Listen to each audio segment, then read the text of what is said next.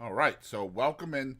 The first thing we are going to do is we are going to test our microphone, make sure it's working the way I need it to. So let's do that.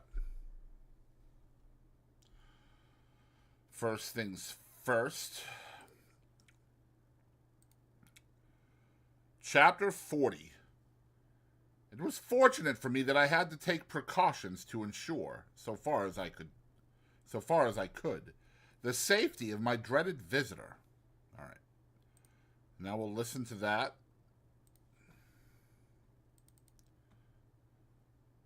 Chapter 40. It was fortunate for me that I had to take precautions to ensure, so far as I could, the safety of my dreaded visitor. Sounds okay to me. So we'll get right into it. The goal is at least a couple of chapters, perhaps as many as 4 or 5, depends on how long the chapters are. If you do enjoy the reading, let me know. All the encouragement is definitely appreciated. All right, so there we go. We're going to get rid of that. And here we go.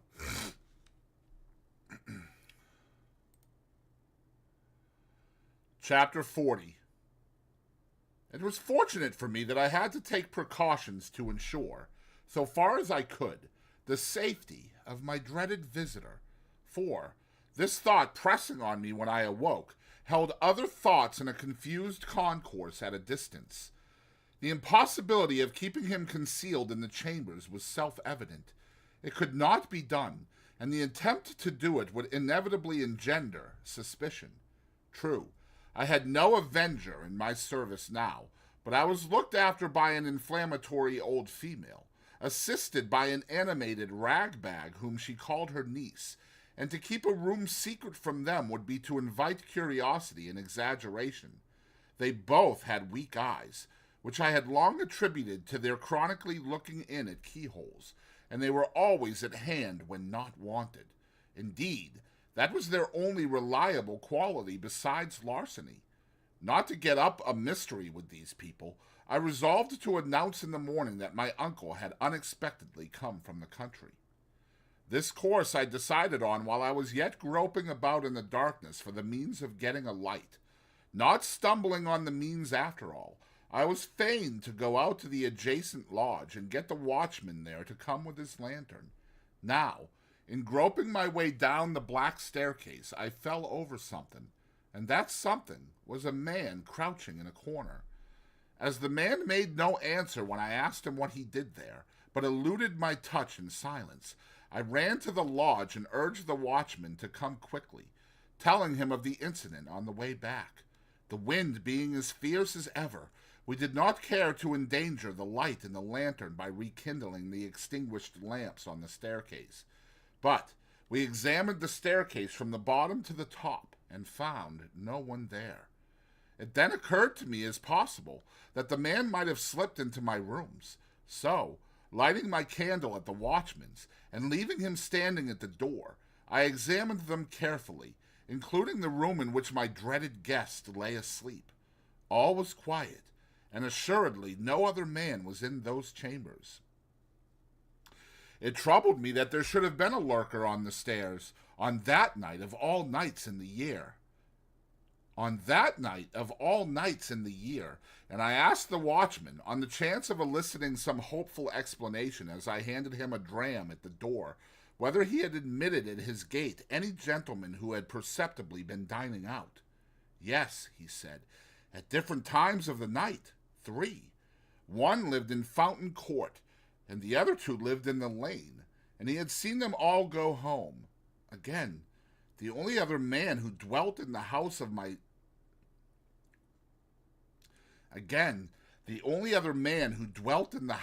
which my chambers formed a part had been in the country for some weeks, and he certainly had not returned in the night, because we had seen his door with his seal on it as we came upstairs.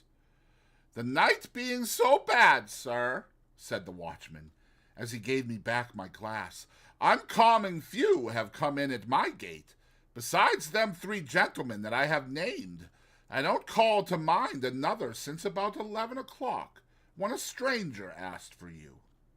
My uncle, I muttered. Yes. You saw him, sir? Yes, oh yes. Likewise the person with him.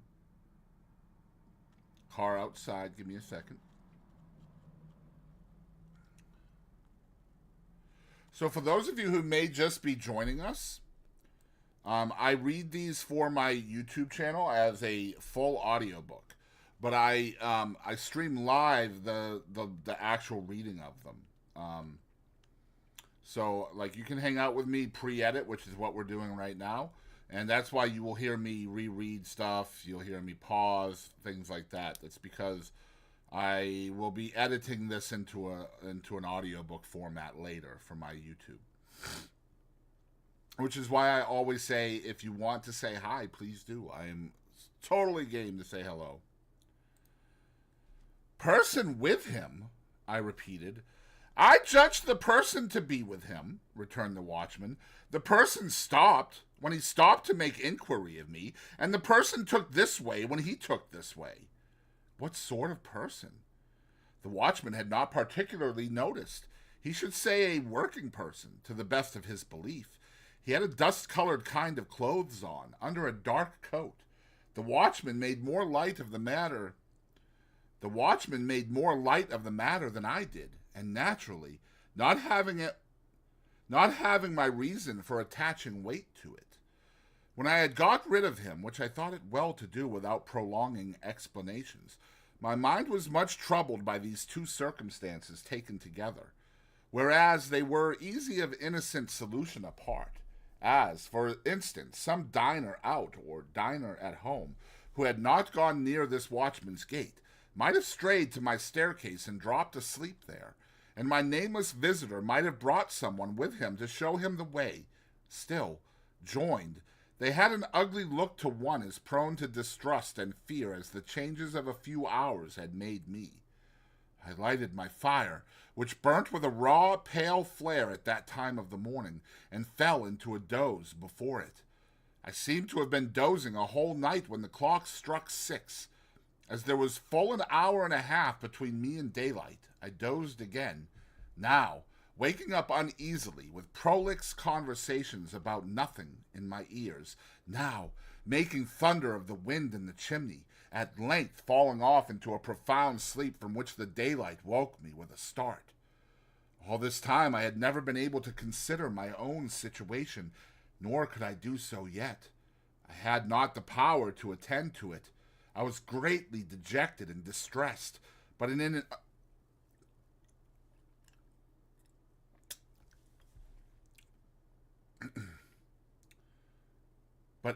incoherent, I'm going to say that again, but in an incoherent, wholesome sort of way. As to forming any plan for the future, I could as soon have formed an elephant. When I opened the shutters and looked out at the wet, wild morning, all of a leaden hue, leaden hue, let me see.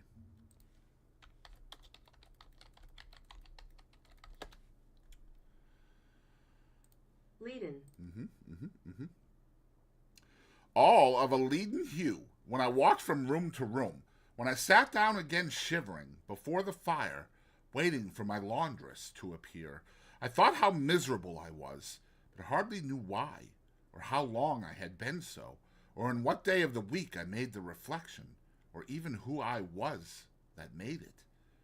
At last, the old woman and the niece came in, the latter with a head not easily distinguishable from her dusty broom, and testified surprise at sight of me in the fire, to whom I imparted how my uncle had come in the night and was then asleep, and how the breakfast preparations were to be modified accordingly. Then I washed and dressed while they knocked the furniture about and made a dust, and so, in a sort of dream or sleepwalking, I found myself sitting by the fire again, waiting for him to come to breakfast. By and by his door opened and he came out. I could not bring myself to bear the sight of him, and I thought he had a worse look by daylight. I do not even know, said I. All right, one more time. I do not even know, said I, speaking low as he took his seat at the table. By what name to call you? I have given out that you are my uncle. That's it, dear boy. Call me uncle. You assumed some name, I suppose, on board ship. Yes, dear boy. I took the name of Provis. Do you mean to keep that name? Why, yes, dear boy. It's as good as another, unless you'd like another. Car outside. No, actually, it's a plane.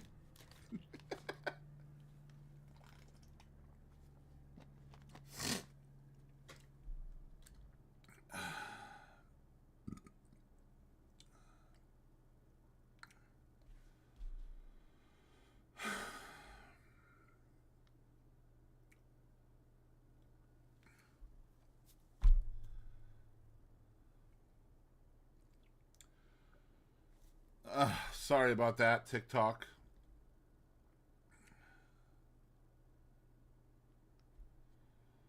All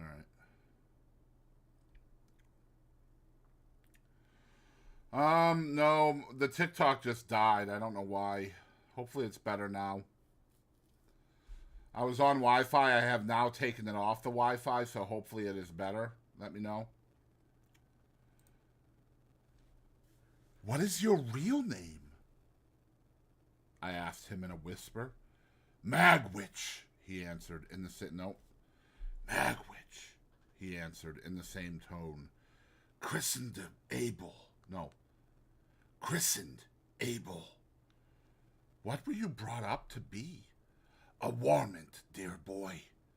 He answered quite seriously, and used the word as if it denoted some profession. When you came into the temple last night, said I, pausing to wonder whether that could really have been last night, which seemed so long ago. Yes, dear boy. When you came in at the gate and asked the watchman the way here, had you anyone with you? With me? No, dear boy. But there was someone there. I didn't take particular notice, he said dubiously, not knowing the ways of the place. But I think there was a person, too, come in alonger me. Are you known in London? I hope not, said he, giving his neck a jerk with his forefinger that made me turn hot and sick. Were you known in London once? Not over and above, dear boy. I was in the provinces mostly. Were you tried in London? Which time? He said he, with a sharp look. The last time, he nodded. First knowed Mr. Jaggers that way. Jaggers was for me. It was on my lips to ask him what he was tried for, but he took up a knife, gave it a flourish, and with the words, and what I done is worked out and paid for, fell to at his breakfast. He ate in a ravenous way that was very disagreeable, and all his actions were uncouth, noisy, and greedy. Some of his teeth had failed him since I saw him eat on the marshes, and as he turned his food in his mouth and turned his head sideways to bring his strongest fangs to bear upon it, he looked terribly like a hungry old dog. If I had begun with any appetite, he would have taken it away, and I should have sat much as I did, repelled from him by an insurmountable aversion, and gloomily looking at the cloth. I'm a heavy grubber, dear boy, he said, as a polite kind of apology when he made an end of his meal. But I always was. If it had been in my constitution to be a lighter grubber, I might have got into lighter trouble. Similarly, I must have my smoke. When I was first hired out as shepherd t'other side the world, it's my belief I should have turned into a melancholy mad sheep myself if I hadn't had my smoke. As he said so, he got up from the table, and putting his hand into the breast of the peacoat he wore, brought out a short black pipe and a handful of loose tobacco of the kind that is called Negro head. Having filled his pipe, He put the surplus tobacco back again, as if his pocket were a drawer.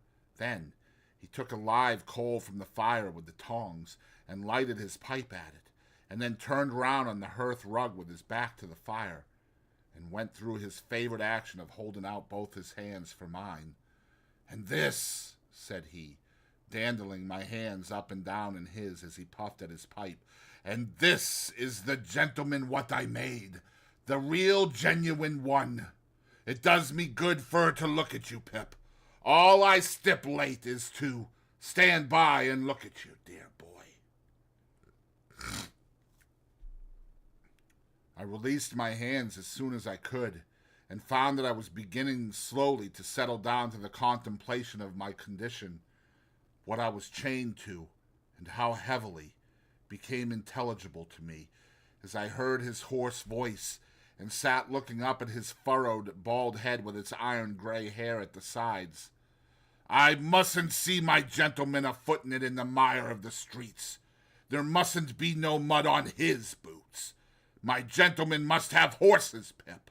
Horses to ride, and horses to drive, and horses for his servant to ride and drive as well.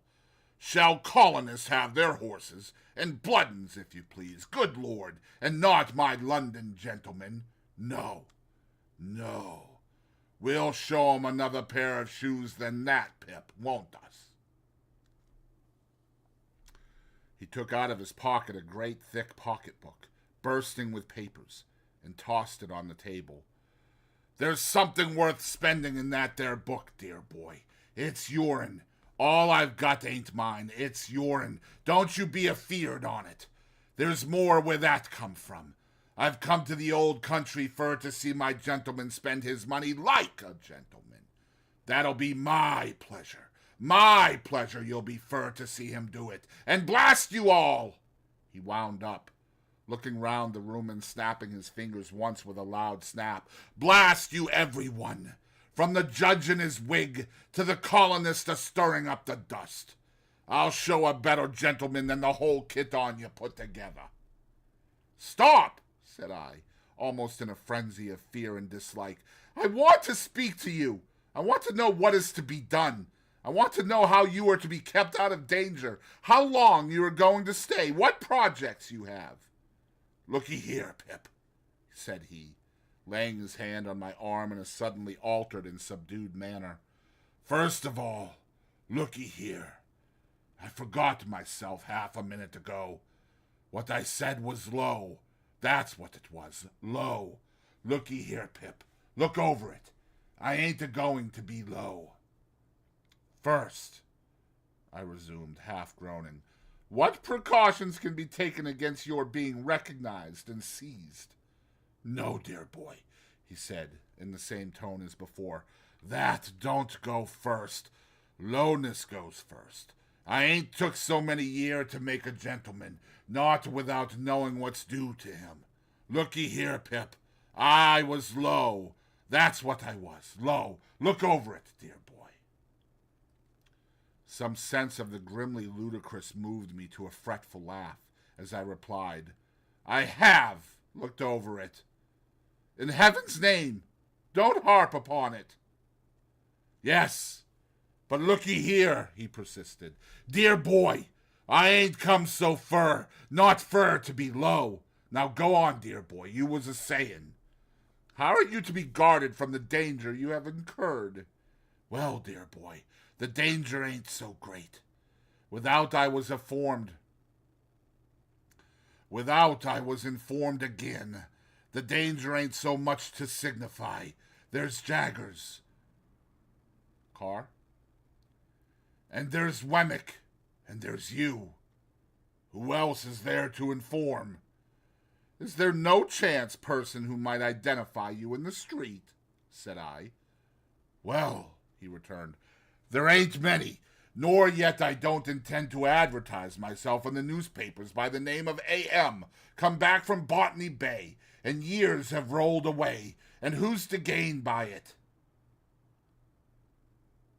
Apparently I live in a urban environment today.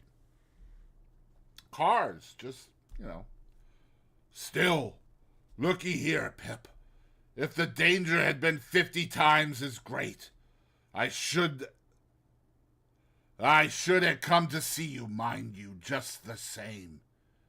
And how long do you remain? How long? Said he, taking his black pipe from his mouth and dropping his jaw as he stared at me. I'm not a-going back. I've come for good. Where are you to live? Said I. What is to be done with you? Where will you be safe?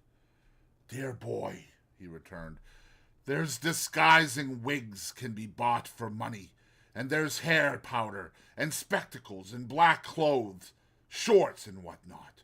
Others has done it safe afore, and what others has done afore, others can do again.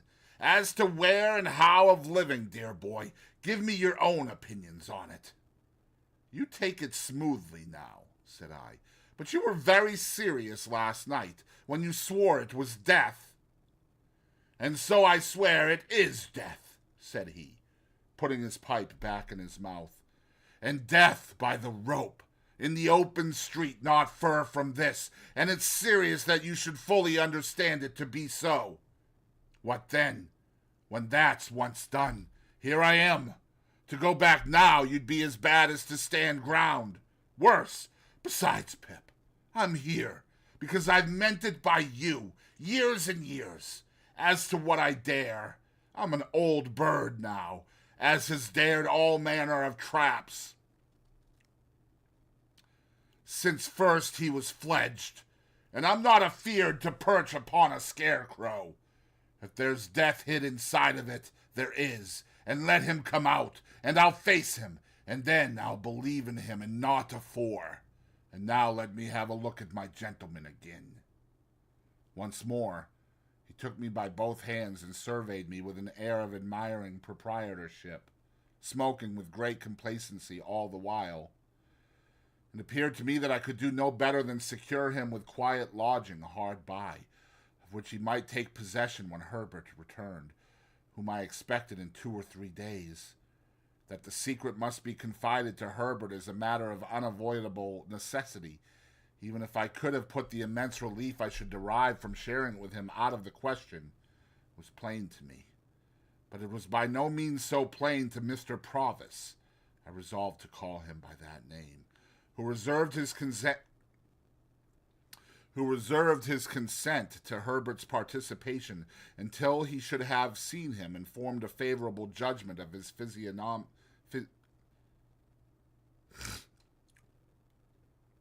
who reserved his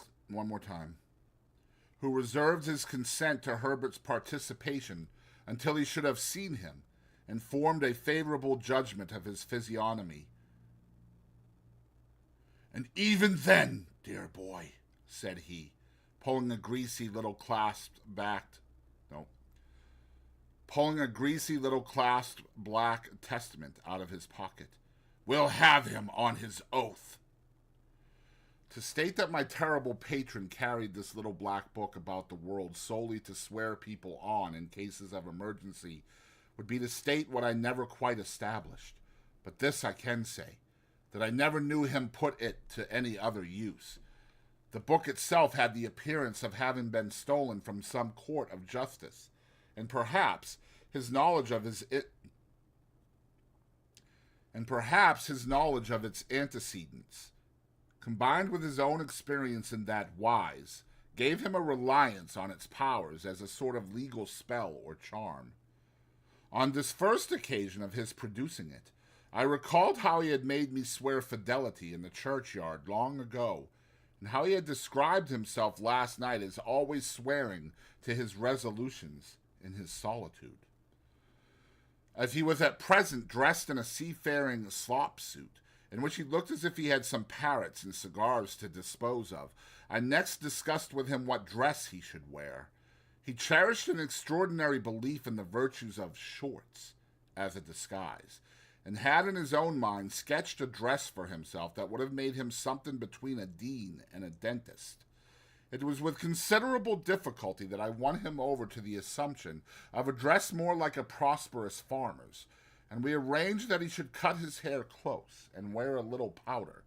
Lastly, As he had not yet been seen by the laundress or her niece, he was to keep himself out of their view until his change of dress was made.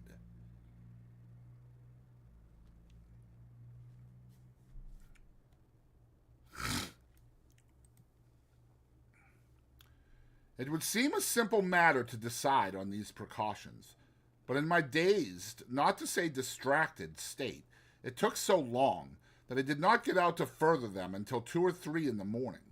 He was to remain shut up in the chambers while I was gone, and was on no account to open the door. There's so many cars, dude. Like, it was so quiet out there all day.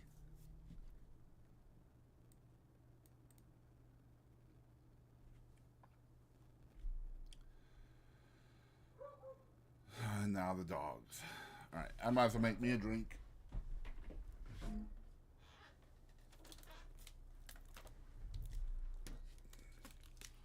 There's ice in this one. Let's go. Hope everybody's doing okay out there tonight.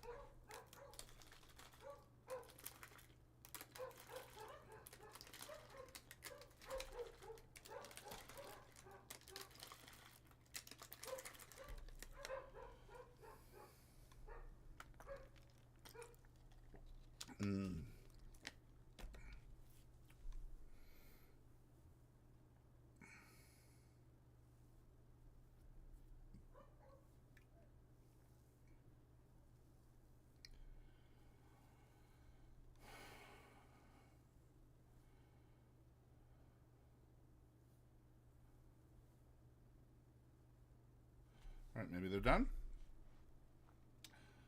Let's hope. There being, to my knowledge, a respectable lodging house in Essex Street, the back of which looked into the Temple, and was almost within hail of my windows, I first of all repaired to that house, and was so fortunate as to secure the second floor for my uncle, Mr. Provis. I then went from shop to shop, making such purchases as were necessary to the change in his appearance.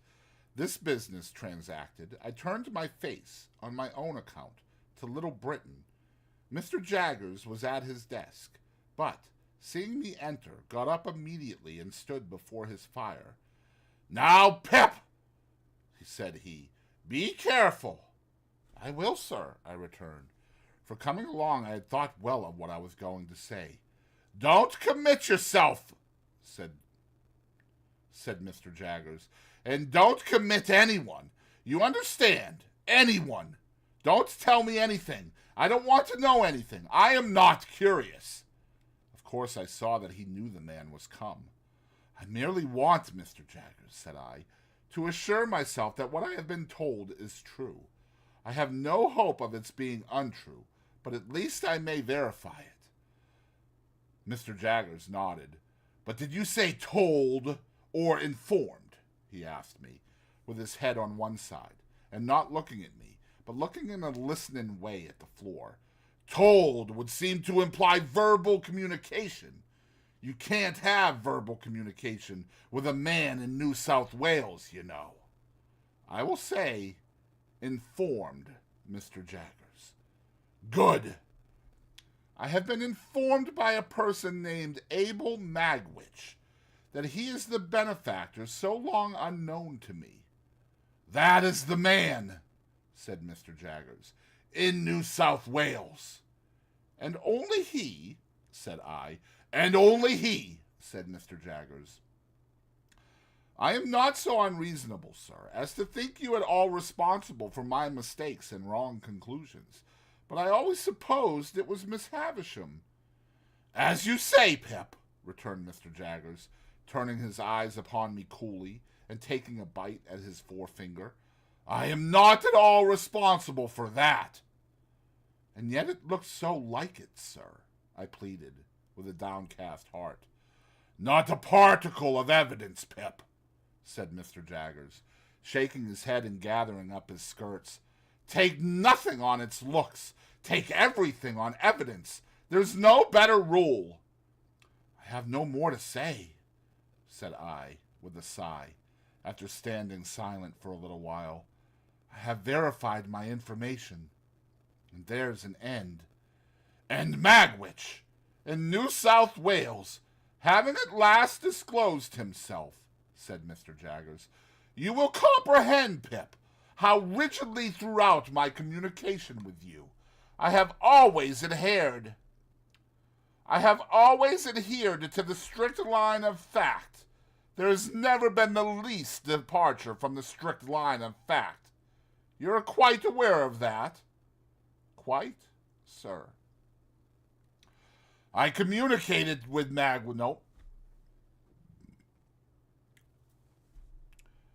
I communicated to Magwitch in New South Wales when he first wrote to me from New South Wales the caution that he must not expect me ever to deviate from the strict line of fact. I also communicated to him another caution. He appeared to me to have obscurely hinted in his letter at some distant idea he had of seeing you in England here. I cautioned him that I must hear no more of that he was not at all likely to obtain a pardon, that he was expatriated for the term of his natural life, and that his presenting himself in this country would be an act of felony, rendering him liable to the extreme penalty of the law. I gave Magwitch that caution, said Mr. Jaggers, looking hard at me. I wrote it to New South Wales. He guided himself by it, no doubt. No doubt, said I. I have been informed by Wemmick, pursued Mr. Jaggers, still looking hard at me, that he has received a letter, under date Portsmouth, from a colonist of the name of Purvis, or Provis, I suggested. Or Provis, thank you, Pip. Perhaps it is Provis. Perhaps you know it's Provis.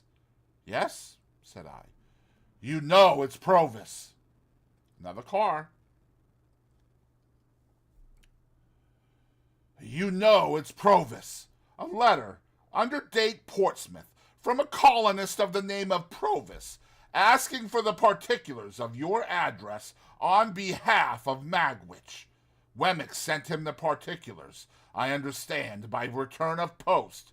Probably it is through Provis that you have received the explanation of Magwitch in New South Wales. It came through Provis, I replied. Good day, Pip, said Mr. Jaggers, offering his hand. Glad to have seen you, in writing by post to Magwitch in New South Wales, or in communicating with him through Provis. Have the goodness to mention that the particulars and vouchers of our long account shall be sent to you, together with the balance, for there is still a balance remaining. Good day, Pip. We shook hands, and he looked hard at me as long as he could see me. I turned at the door, and he was still looking hard at me, while the two vile casts on the shelf seemed to be trying to get their eyelids open and to force out of their swollen throats, "Oh, what a man he is!" Wemmick was out, and though he had been at his desk, he could have done nothing for me. I went straight back to the temple, where I found the terrible Provis drinking rum and water and smoking Negro head in safety. Next day, the clothes I had ordered all came home, and he put them on. Whatever he put on became him less, it dismally seemed to me, than what he had worn before. To my thinking, there was something in him that made it hopeless to attempt to disguise him. The more I dressed him, and the better I dressed him, the more he looked like the slouching fugitive on the marshes. This effect on my anxious fancy was partly referable, no doubt, to his old face and manner growing more familiar to me. But I believe, too, that he dragged one of his legs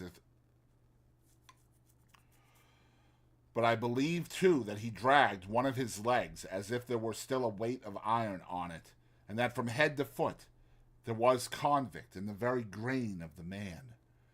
The influences of his solitary hut life, one more time. The influences of his solitary hut life were upon him besides, and gave him a savage air that no dress could tame. Added to these were the influences of his subsequent branded life among men, and, crowning all, his consciousness that he was dodging and hiding now. In all his ways of sitting and standing, and eating and drinking, of brooding about in a high-shouldered, reluctant style, of taking out his great horn-handled jackknife and wiping it on his legs and cutting his food, of lifting light glasses and cups to his lips as if they were clumsy pannikins, of chopping a wedge off his bread and soaking up with it the last fragments of gravy round and round his plate, as if to make the most of an allowance, and then drying his finger ends on it, and then swallowing it.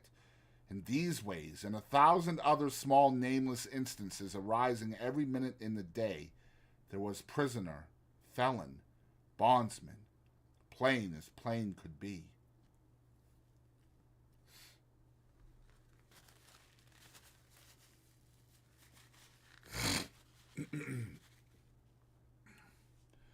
It had been his own idea to wear that touch of powder, and I had conceded the powder after overcoming the shorts, but I can compare the effect of it, when on, to nothing but the probable effect of rouge upon the dead. So awful was the manner in which everything in him that it was most desirable to repress started through that thin layer of pretense, and seemed to come blazing out at the crown of his head. It was abandoned as soon as tried, and he wore his grizzled hair cut short. Words cannot tell what a sense I had at the same time of the dreadful mystery that he was to me. When he fell asleep of an evening, with his knotted hands clenching the sides of the easy-chair, and his bald head tattooed with deep wrinkles fallen forward on his breast, I would sit and look at him, wondering what he had done, and loading him with all the crimes in the calendar, until the impulse was powerful on me to start up and fly from him.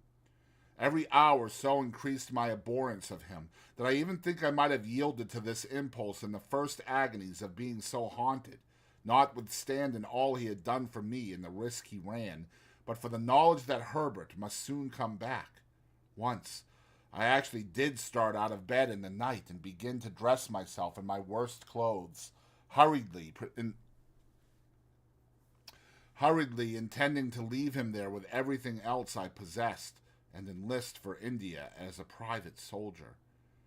I doubt if a ghost could have been more terrible to me, up in those lonely rooms in the long evenings and long nights, with the wind and the rain always rushing by. A ghost could not have been taken and hanged on my account, and the consideration that he could be, and the dread that he would be, were no small addition to my horrors. When he was not asleep, or playing a complicated kind of patience with a ragged pack of cards of his own, a game that I never saw before or since, and in which he recorded his winnings by sticking his jackknife into the table. When he was not engaged in either of these pursuits, he would ask me to read to him. "Foreign language, dear boy." While I complied, he, not comprehending a single word, would stand before the fire surveying me with the air of an exhibitor, and I would see him, between the fingers of the hand with which I shaded my face, appealing in dumb show to the furniture to take notice of my proficiency. The imaginary student pursued by the misshapen creature he had impiously made was not more wretched than I, pursued by the creature who had made me, and recoiling from him with a stronger repulsion, the more he admired me, and the fonder he was of me. This is written of, I am sensible, as if it had lasted a year. It lasted about 5 days. Expecting Herbert all the time, I dared not go out, except when I took Provis for an airing after dark. At length, one evening when dinner was over and I had dropped into a slumber quite worn out, for my nights had been agitated and my rest broken by fearful dreams, I was roused by the welcome footstep on the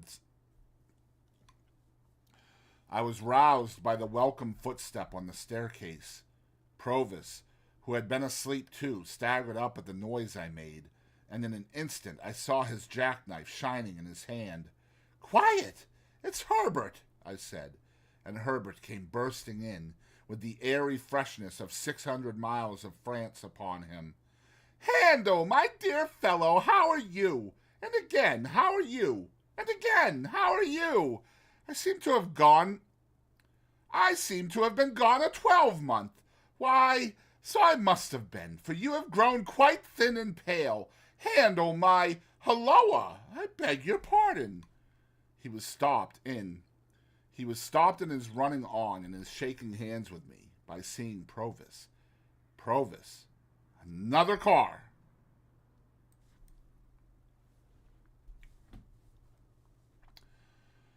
Provis, regarding him with a fixed attention, was slowly putting up his jackknife and groping in another pocket for something else. "Herbert, my dear friend," said I, shutting the double doors, while Herbert stood staring and wondering, "something very strange has happened. This is a visitor of mine."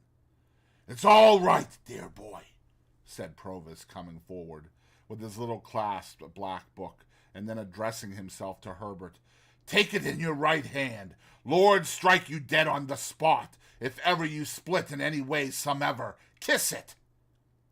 "Do so, as he wishes it," I said to Herbert. So Herbert, looking at me with a friendly uneasiness and amazement, complied. And Provis, immediately shaking hands with him, said, "Now you're on your oath, you know, and never believe me on mine, if Pip shan't make a gentleman on you." Interesting way to introduce yourself to somebody new.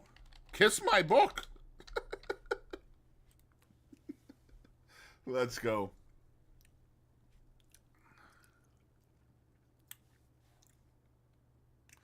All right, chapter 40 is done. We're going to move on to chapter 41.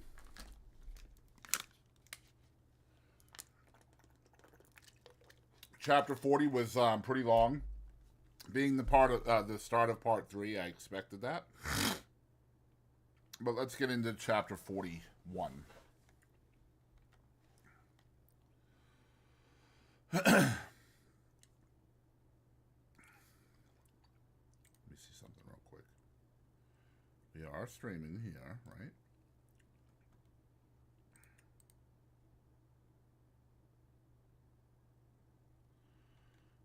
Let me see here.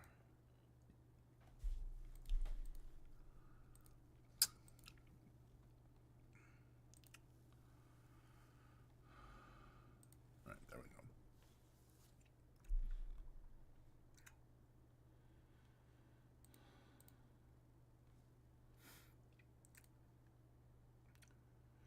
Chapter 41. In vain should I attempt to describe the astonishment and disquiet of Herbert when he and I and Provis sat down before the fire, and I recounted the whole of the secret. Enough that I saw my own feelings reflected in Herbert's face, and not least among them my repugnance towards the man who had done so much for me. What would alone have set a division between that man and us, if there had been no other dividing circumstance, was his triumph in my story. Saving his troublesome sense of having been low on one occasion since his return, on which point he began to hold forth to Herbert the moment my revelation was finished. He had no perception of the possibility of my finding any fault with my good fortune. His boast that he had made me a gentleman, and that he had come to see me support the character on his ample resources, was made for me quite as much as for himself, and that it was a highly agreeable boast to both of us, and that we must both be very proud of it, was a conclusion quite established in his own mind.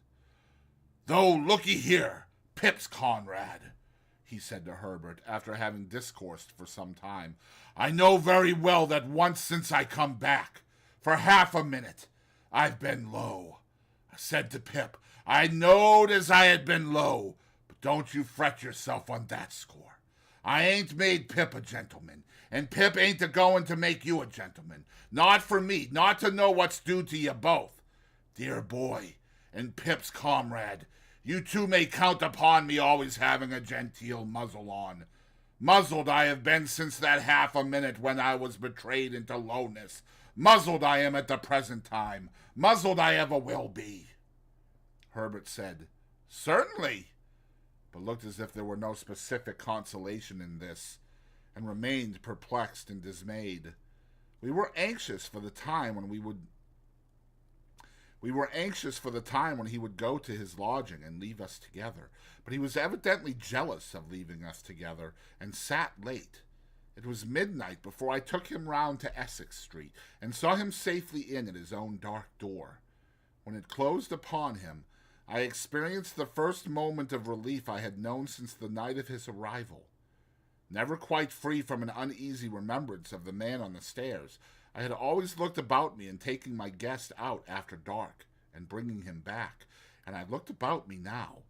Difficult as it is in a large city to avoid the suspicion of being watched, when the mind is conscious of danger in that regard, I could not persuade myself that any of the people within sight cared about my movements. The few who were passing passed on their several ways, and the street was empty when I turned back into the temple. Nobody had come out at the gate with us. Nobody went in at the gate with me. As I crossed by the fountain, I saw his lighted back windows looking bright and quiet, and when I stood for a few moments in the doorway of the building where I lived, before going up the stairs, Garden Court was as still and lifeless as the staircase was when I ascended it. Herbert received me with open arms, and I had never felt before so blessedly what it is to have a friend. When he had spoken some sound words of sympathy and encouragement, we sat down to consider the question, what has to be done? What was to be done?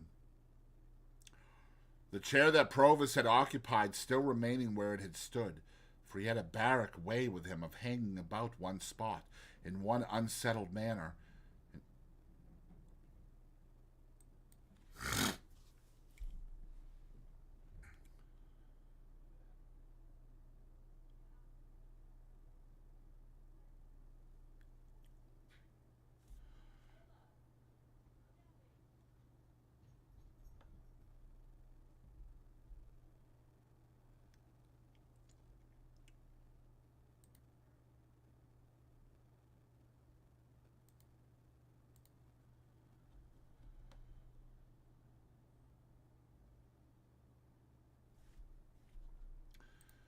and no, not yet. Oh my God.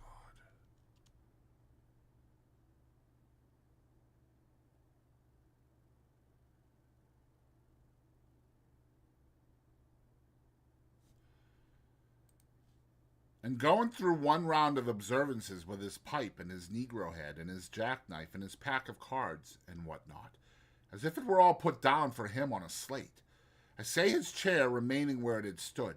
Herbert unconsciously took it, but next moment started out of it, pushed it away, and took another. He had no occasion to say after that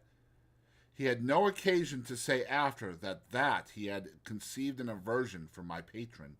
Neither had I occasion to confess my own. We interchanged that confidence without shaping a syllable. What? Said I to Herbert, when he was safe in another chair. What is to be done? My poor dear Handel, he replied, holding his head. I am too stunned to think. So was I, Herbert, when the blow first fell. Still, something must be done. He is intent upon various new expenses. He is intent upon various new expenses, horses and carriages and lavish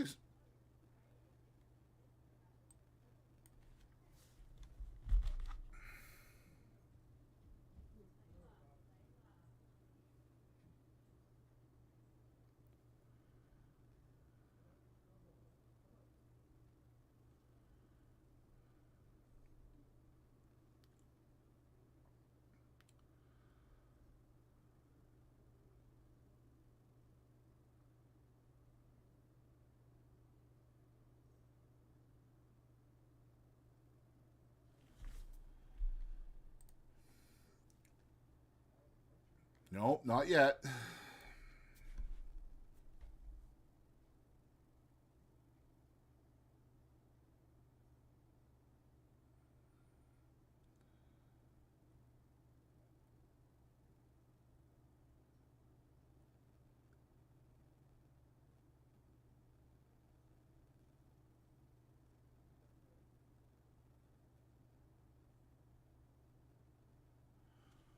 All right, we'll try again.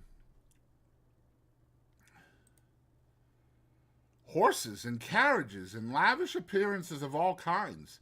He must be stopped somehow. You mean that you can't accept? How can I interposed as Herbert paused. Think of him. Look at him. An involuntary shudder passed over both of us.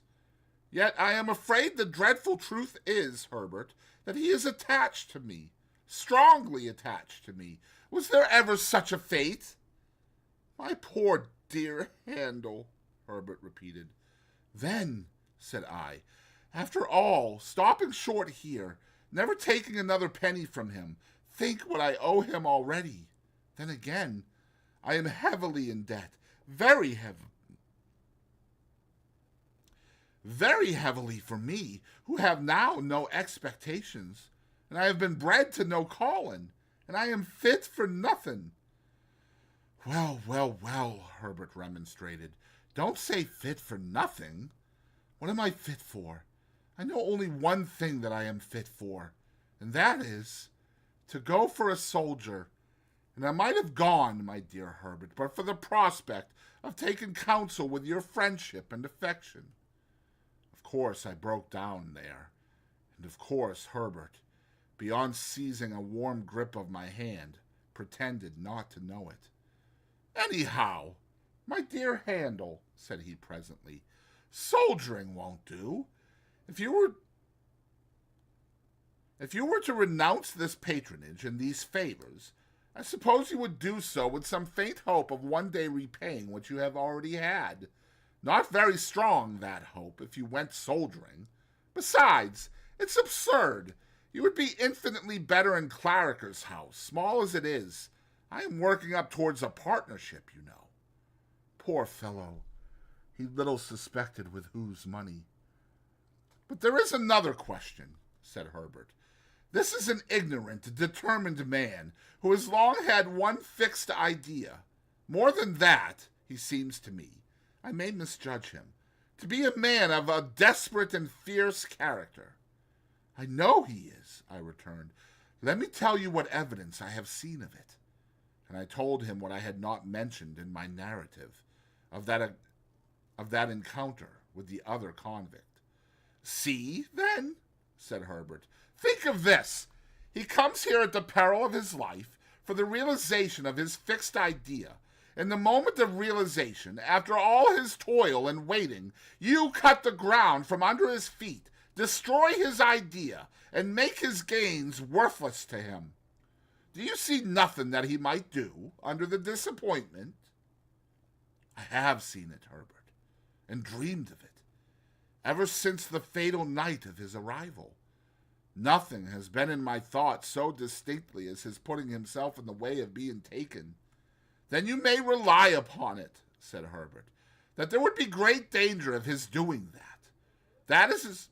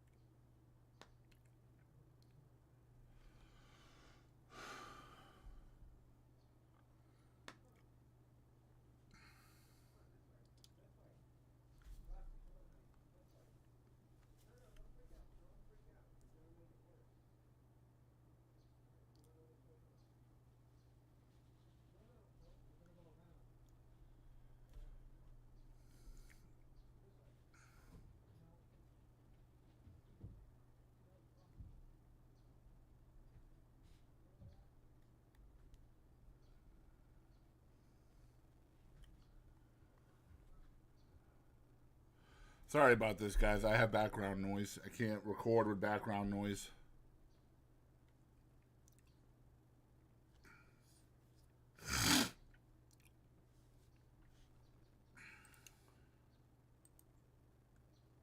Now I have a fucking bird.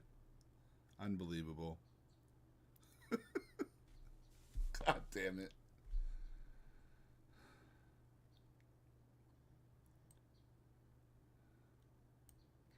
How much further do I have to go? Not far. I'm going to have to end it at this chapter. Sadly.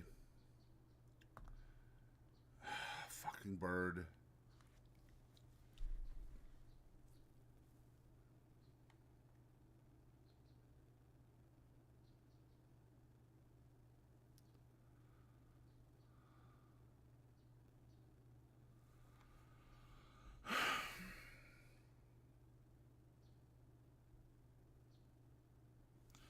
Alright, we're just going to have to do it with the bird in the background. It sucks. Whatever.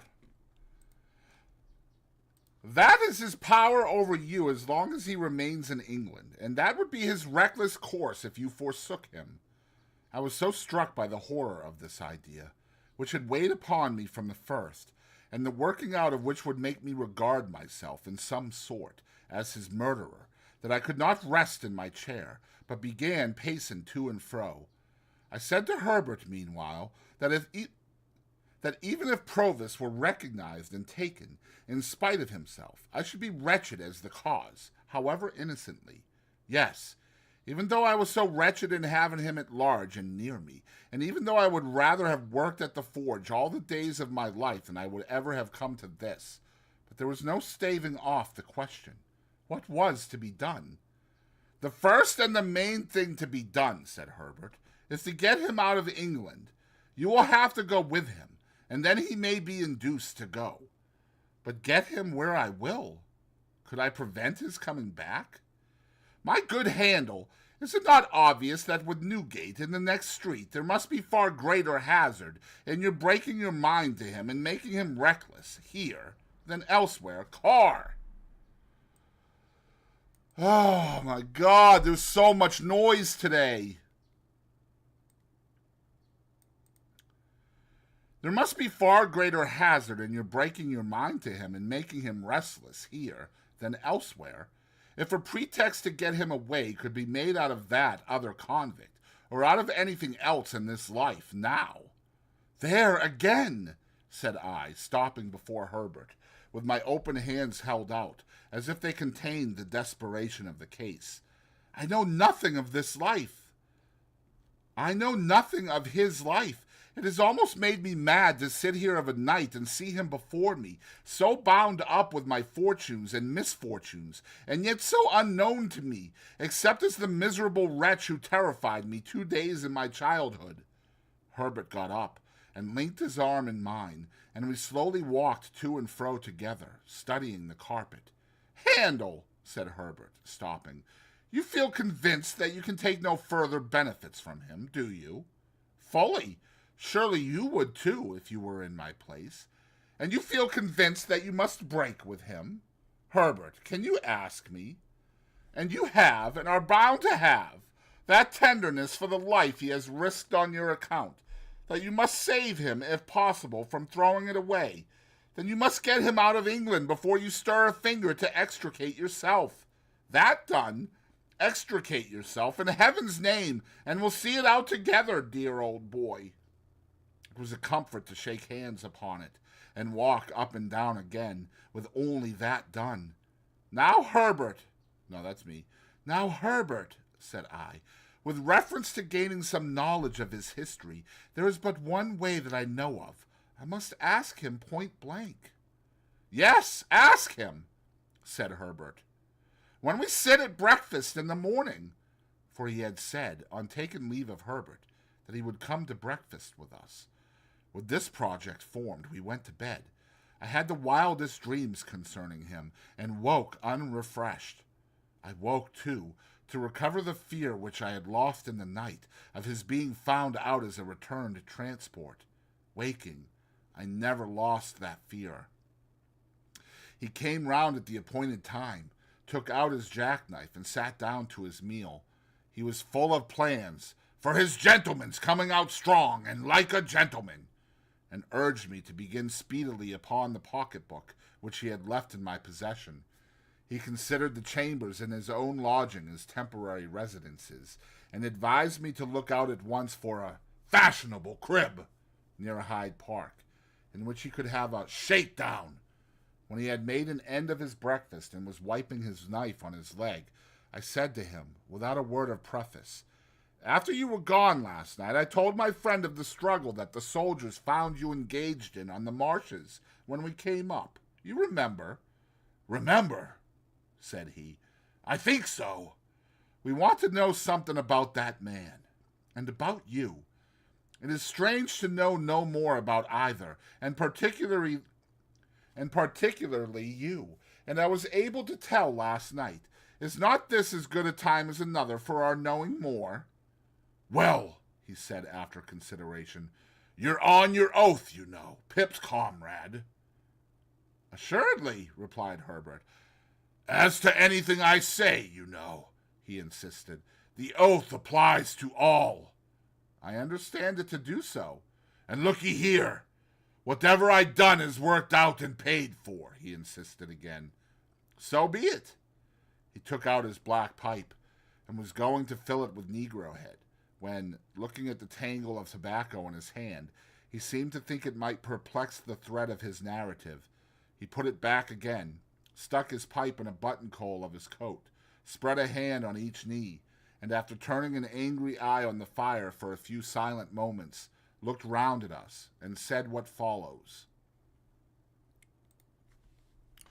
All right, so that's chapter 41, and I'm actually going to end it here. I thought it would be quieter around this time around me, and it's not, and that's no big deal. But I am going to end here. I'll catch Twitch. You will probably get a PUBG stream later tonight if you're interested in that, so make sure you're following. YouTube, you will see the edited versions of both of these chapters soon. If you're a member on my YouTube, you can get